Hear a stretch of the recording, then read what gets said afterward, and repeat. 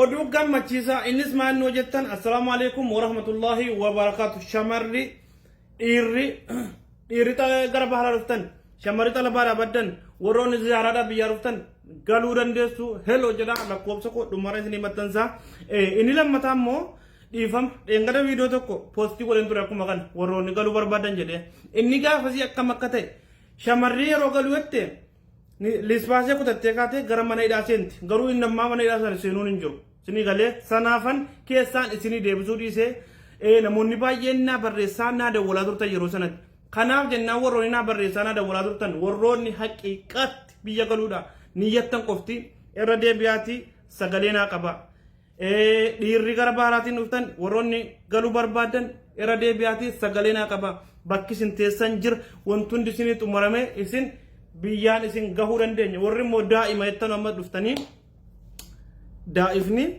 hammaaf daa'imni gara biraatiin ilaallachuu dandeessu gara kiyyaa waan hin danda'ee gara kamiinuu mataa kootti fudhadhee bakka isinii gochuu danda'u qofa isinitti marala warra shamaraa warra dhiiraa warra daa'imaa keessaa hin qabu jechuu barbaadetan inni lammataa immoo dhiifama jedha irra deebi'ee dheengada viidiyoo kanaan namoonni baay'een natti na dubbisaa turtan waan ta'eef dhiifama inni sadaffaan maanni yoo jettan uummanni keenya rakkinis hin qabdanu yeroo namni waa'ee galiitii dubbate paaspoortiin meeqaan bahar yeroo namni waa'ee paaspoortii dubbate hiqaamaan meeqaan bahar waan akkanaa kana dhiisaa viidiyoo himamu guyyaa guyyaatti guyyaa isaa ilaalladhaa mata dura hungaafa guyyaa meeqaa gadhiifameeraati inni biraa lakkoofsa kiyya duwwaa 25 19 13 65 duwwaa 2 warri dhiira warri shamara xalabaadhaa baddan warri ziyaaraa dhuftan galuu dandeessuu keessaan heloo jedha nagaan tura Ijoollee Saa'ud Arabiyaa jirta hundi keessaniyyuu baga gammaddanii baga gammanne walumaanuu jechuudha. Keessattuu ijoolleen qaamaan qabne yookiin immoo paaspoortii hin qabne mootummaan Saa'udii waan haarawaa baasee jira jechuudha. Ganamallee viidiyoo kana irratti hojjedheetiin ture ammallee immoo ijoolleen hin beekne haa beektaniif irra deddeebi'ee hojjedhaa jira. Wanti kun kan bahee dhiyoodha. Daftanii itti fayyadamuudha ijoolleen Saawud Arabiyaa keessa jirtanii warroonni xalabaadhaa baddanii jirtan akkasuma immoo warroonni bishaaniin dhuftanii safaroota garaagaraatiin dhuftanii mootummaan seera haarawaa baasee qixaatii tokko malee hidhaa tokko malee gara biyyaa galuudhaaf karoora baasee jira. Ammas immoo galchaa jiralleedha jechuudha waan ijoolleen galaa jiran jechuudha. Kanaaf ijoollee ala jirtan hundi keessanuu itti fayyadamaa baay'ee nama gammachiisa akka gizee duraanis hidhanii mana hidhaa teessee hin galtu jechuudha. Kanaaf amma bakkumatti qarshii kee kaffalattee gara biyya keetii galuu dandeessaa jechuudha. Ashamaa akkam jirtu hordoftoota kabajamtoota chaanaala kootii kan biyya keessaa kan biyya alaa bakka jirtetti nageenyi waaqayyo isin haa baay'atu akkam jirtu ana nagaa kootii galata waaqayyo isin jecha egaa warroonni chaanaala kiyyaaf immoo haarawaa taatan sabskraayibii gochuun maamila keenya ta'a warri ta'aa jirtan immoo galatuu maal fa'aadha.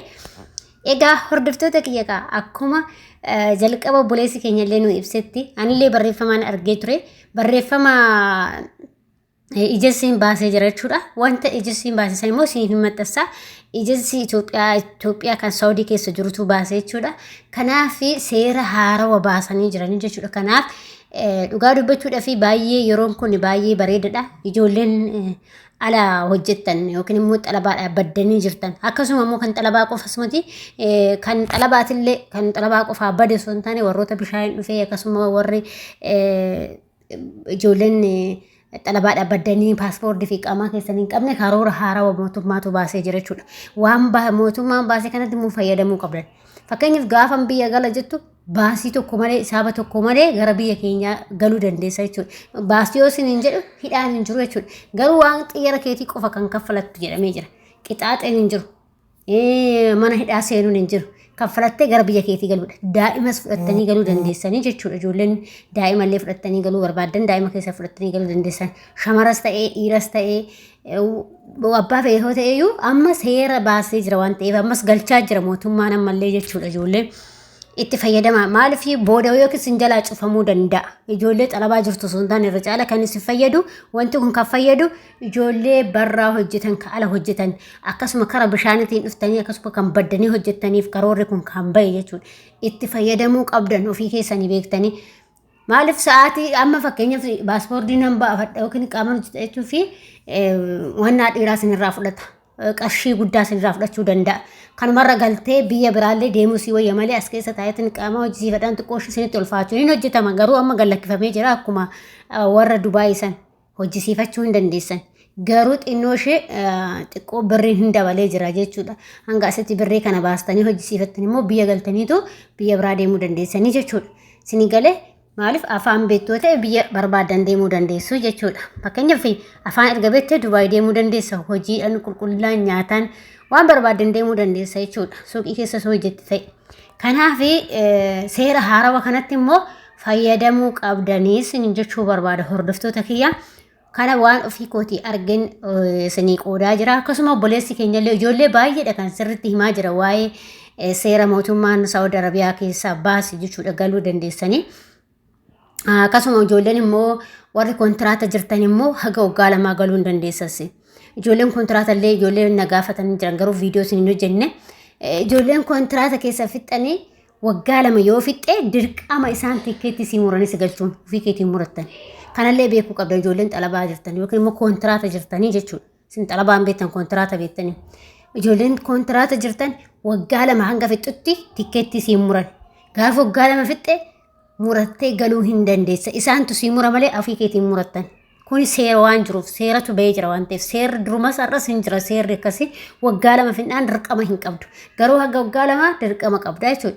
Yookiin immoo ofiif birrii keetiin murattee galta yoo waggaa lama hir'istee jechuudha. Kuni sirriitti beekuu qabdan ijoolleen xalabaa jirtanis jechuudha. Lakki ittiin dabaladhaa waggaa sadii soo jette immoo waggaa sadaffaa keessa ofitti isaanumatu sii mura jechuudha. Waggaa arfaffaa keessa ofitti isaanumatu sii mura jechuudha. Ofii keessanii murattanii hin galtan. Kana yoo hin lakki ofii keenya muradhu nuun jette madaaminta jettani poolisiitti bilbilattanii himachuu hin dandeechanii poolisii furmaata sinii baasaa jechuudha.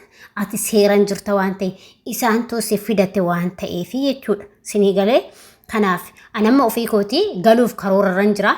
Xiqqaate ji'a lama qofa kan na hafuudha. Kanammoo jechuun ofii kootii muradheen galu. Sinii galee ofii kootii muradheen galu jechuudha. Kan naa muru isaan. Bakka meeshaalee haga xiyyaara kiyyarra kan naa haga xiyyaara kiyyaa kan naa muru yookiin kiiloo 60 ta'uu danda'a 70 ta'uu danda'a 50 ta'uu danda'a hanga isaan sinii muranitti isaanuma kan tola galtoon jechuudha shaanxaa sanillee. Garuu kan shaanxaa sana irra ol darbe yoo warri kee gaarii ta'e sii kaffaluu danda'u. Yoo warri kee badaa ta'e immoo ofii keetiif kaffalattaa jechuudha. Kanaaf ijoolleen kanallee beekuu qabdan. Ijoolleen xalabaa jirtanillee ijoolleen barraa immoo akkuma siniin jedhe isaan kaawaa hundumaa isintu kaffalataa. Kanaaf immoo ijoollee xalabaa kana beekuu qabdan. Hanga lama fixxe taanaan tikkeetti fi muratiin abadan obboleetti koo. Hin muratiin tikkeetti kee. Ishee si haa murtu tikkeetti kee isheetu si muree si galchaa jechuudha gara biyyaa.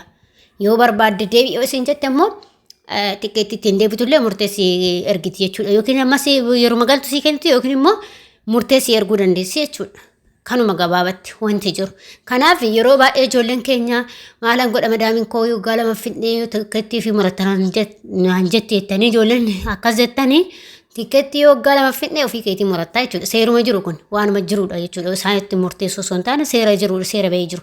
Waggaa kontiraata waggaa lamaan dhufta waan ta'eef waggaa lamaa san dirqama keetti fiduun qarshii itti baasanii si fudhatan waan ta'eef. Kanaaf wanta kana gochuu qabdanii of eeggannoos gochuu qabdanii jechuudha. Ijoolleen xalabaa jirtanillee dirqamaa fi wannaa keessan beekuu qabdan. Kanaaf waan gochuu qabdanii fi hin goone oldaan beekuu qabdan. Sinii galee akkasis sin jedha hordoftoota kiyyaa. Kanaaf ijoolleen immoo ala jirtanii baga gammaddanii sa'aatii kanatti fayyadamaatii galaa gara biyya keessanii. Dhugaa waaqa sin jedha sa'aatii kanatti fayyadamaatii galaa. Qixaaxiin qabdani mana hidhaa seentan. Sinii galee qaxichaa birrii keessan kaffalattanii dirqama galuu dandeessa. Garuu immoo achi siiqee sin jalaa cufamuu danda'a. Deebisee sin waggaa sin qabanis sin hidhuu danda'u. Gaafa immoo hin gala jettu san immoo si hidhanii qarshiin kanarra jabaachuu danda'a waan ta'eef si hidhanii yookiin galuu dandeecha yookiin rakkina jiraachuu danda'a waan ta'eef ammatti sa'aatii inni baase kanatti fayyadamaatii kara biyya keessanii keessaa ol jedha. Kalas kana malee dubbiin hin jirtu. Waan baay'ee nama gammachiisu dhugaa rabbi ijoolleen keessattuu ala jirtan isiniif baay'ee karaa isinii banamee jira sa'aatii kana galaa isin jedha.